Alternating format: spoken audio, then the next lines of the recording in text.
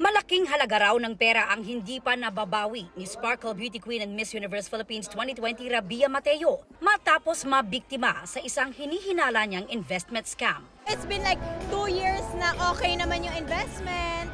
So, bumabalik naman siya. However, bigla na lang naputol. So, ako naman, kailangan natin ipagpatuloy yung buhay. Masakit man, but you know, there's still a lot of means for me to get my money back.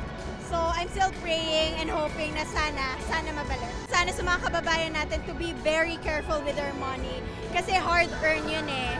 Sa kabila raw ng nangyari, tuloy pa rin daw si Rabia sa pagnenegosyo. May investment daw siya sa jewelry business at plano ring pumasok sa real estate. We really need to be smart with our money kasi alam naman po natin yung showbiz, may on-season, may off-season. So, technically during my off-season, I need to do something meaningful pa rin. Isa sa mga pinagkakaabalahan ni Rabia ang inaabangang biggest family drama of 2024 na Pulang Araw. Excited daw siya dahil mayroon siyang special role. Masishare ko lang, masayang scene namin ni Alden. It's historical pero may comedic side din. So it's a lighter aspect sa teleserye. Ang co-star ni Rabia sa Pulang Araw na si Ashley Ortega, iba raw ang naging paghahanda.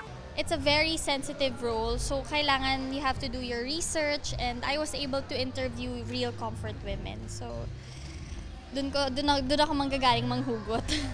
Aminado si Ashley na may kaakibat na pressure ang kanyang pagganap sa Pulang Araw after ng kanyang recent Best Actress win sa Harlem International Film Festival. Lahat ng tao, ang taas na ng expectations, kinakabahan ako. Pero kahit nanalo ako ng Best Actress, I still have a lot to learn. So, I still wanna grow in my craft. Marami pa akong kakaining bigas.